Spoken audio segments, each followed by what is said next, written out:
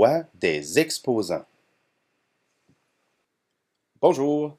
Donc, on va entamer là, ce nouveau chapitre là, sur les mathématiques financières en parlant des exposants, les lois des exposants. C'est des choses qui sont connues déjà de vous, mais qui vont être vraiment utiles parce que ça va nous servir de point de départ pour étudier les logarithmes, qui vont être quelque chose de nouveau. Donc, bon visionnement. Voici la liste des formules qu'on va utiliser pour notre chapitre. Donc, c'est sur les propriétés des exposants. C'est des choses en principe qui sont déjà connues de vous. On va maintenant essayer de démontrer ces formules-là.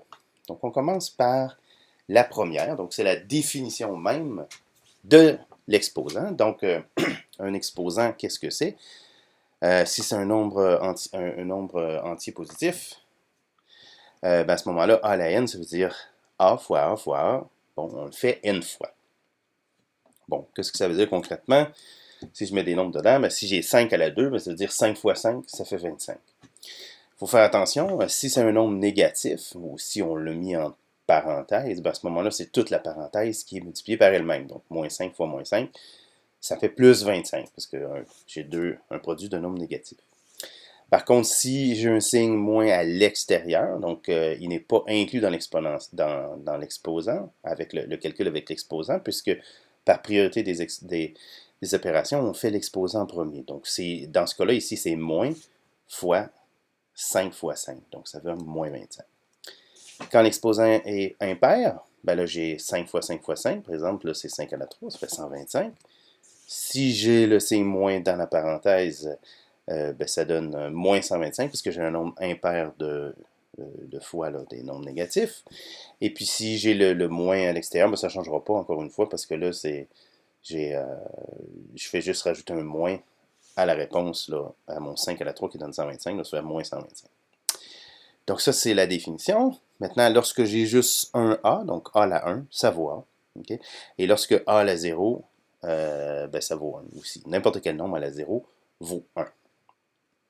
Bon, maintenant, on va y aller dans quelque chose d'un peu plus intéressant. Donc, qu'est-ce qui arrive lorsqu'on combine là, des exposants comme ça? Donc, si j'ai deux fois le même nombre, en fait, j'ai un nombre qui est élevé à différents exposants, et puis je fais le produit de ces deux choses-là, à ce moment-là, je dois additionner les exposants. Pourquoi?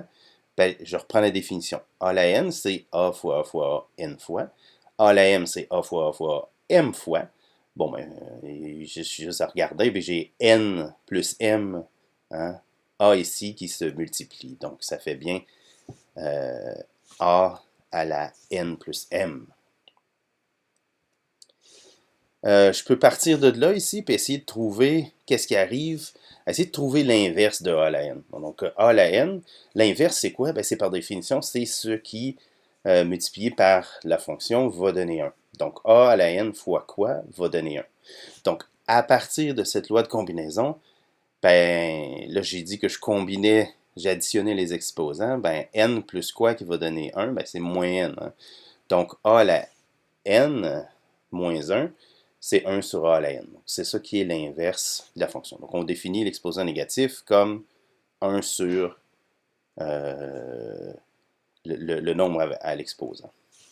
De la même façon, A à la n sur A à la m, on va soustraire les exposants. Donc, là, encore une fois, ça se fait de façon directe. Là.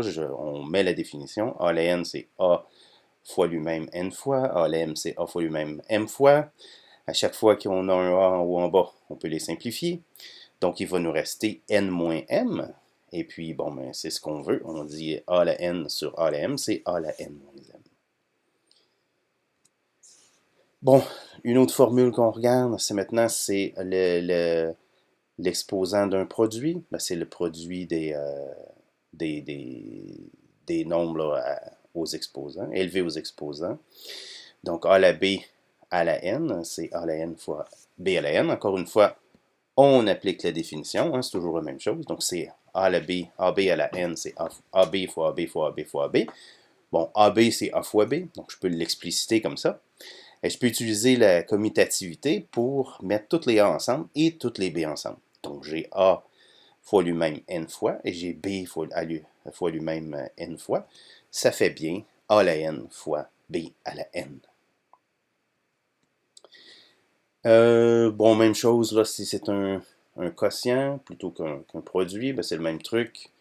On explicite, donc c'est A sur B fois A sur B fois A sur B n fois.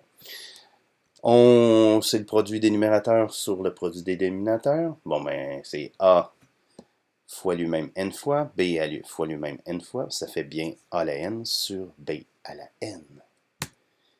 Maintenant, si j'ai A à la n qui est exposant m, là, on va se rendre compte que c'est une multiplication des exposants qui est en jeu. D'où ça vient? Ben, encore une fois, on reprend notre définition. A à la n exposant n, ben, exposant m, pardon, c'est A à la n fois A à la n fois A à la n, m fois. Et le A à la n lui-même, ben, c'est A fois A fois A fois n fois. Et puis ça, je l'ai m fois. Donc j'ai n fois m fois le nombre de A. Donc j'ai bien n fois m fois des produits de A par lui-même. Ça fait A à la n fois m. Donc, on va pouvoir se servir maintenant pour trouver c'est quoi les exposants fractionnaires. On va commencer par la racine carrée, donc l'exposant 1/2. D'où ça sort? Ben, par définition, un nombre, la racine carrée d'un nombre, si je l'élève au carré, ça donne le nombre. Ça, c'est la définition. Maintenant, si j'ai ma formule, A à la n exposant m, ben là, il faut ici, je veux un 2. Je veux qu'à la fin, ça donne A. Ben, il faut que ma racine carrée ici, ce soit la même chose que A à la 1/2. Parce que 1/2 fois 2, ça va bien donner 1. Ça va donner mon A ici. Ça, je peux l'étendre facilement à n'importe quelle racine. Donc, ça peut être des racines troisième, quatrième, centième. Là, ça n'a aucune différence. La racine nème d'un nombre, c'est A à la 1 sur n. En fait, c'est plus simple d'écrire cette façon-là que d'écrire cette façon-là. Et de façon générale, ben, on pourrait montrer que A à la n sur m, ben, c'est la même chose que A à la racine mième de A à l'exposant n, okay, qui est lui-même égal à la racine mième de A à la n. Donc, il y a des choses qui sont interchangeables. Donc, je vous remets les formules en conclusion. Donc, ça, c'est les petites formules qui vont être utilisées dans notre cours de CST de secondaire 5 là, pour le chapitre là, sur les mathématiques financières.